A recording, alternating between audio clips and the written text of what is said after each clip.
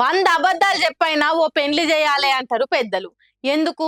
మంచో చెడో ఓ ఇల్లు నిలబడుతుంది, ఓ సంసారం చక్కగా అవుతుంది. పెండ్లైన తర్వాత అన్ని అర్థం చేసుకుంటారు, సర్దుకొని సాగిపోతారు అని అట్లా అన్నారు కావచ్చు. అంటే ఏందన్నట్టు, అబద్ధం ఆడినా అది మంచి కొరకే అన్నట్టు కదా.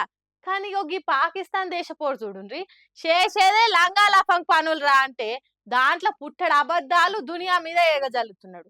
తప్పుడు వార్తలకు అడ్డు లేదు, పాకిస్తాన్కు సిగ్గే లేదు అన్నట్టు చేస్తున్నారు బడివేగాళ్ళు. 1000 అబద్ధాలు ఆడి మేమే యుద్ధ వీరులం అన్నట్టు చెప్తున్నారు. సిగ్గు లేకుండా పాత ఫోటోలకు కొత్త రంగులు అద్ది అబద్ధాన్ని నిజమని ప్రపంచాన్ని నమ్మించే పని చేస్తున్నది. ఇగో ఈ ఫోటో చూడుండ్రి.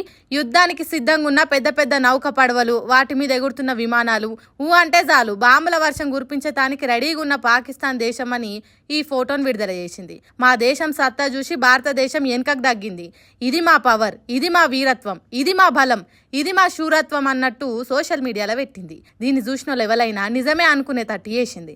కానీ అసలు నిజం ఏంటిదంటే, ఈ ఫోటో చైనా దేశం, పాకిస్తాన్ దేశాలు సముద్రం మీద యుద్ధ విన్యాసాలు చేసినప్పటి ఫోటోలట. ఆ పాత ఫోటోను గుర్తుపట్టకుండా ఉండేటానికి అసలు ఫోటోలున్న 2 విమానాలకు తోడుగా ఇంకో విమానాన్ని ఫోటోషాప్లో అతికిచ్చి ఇద్దెలవడ్డారట. కానీ పాకిస్తాన్ దేశపోని పుండకోరు బుద్ధిని మనోళ్ళు ఉత్తగానే కానీ పెట్టిండ్రు. వాయి ఎక్కడిదే ఈ ఫోటో? పాకిస్తాన్ చైనా దేశము ప్రాక్టీస్ చేస్తున్నప్పటి ఫోటో కాదా అనే?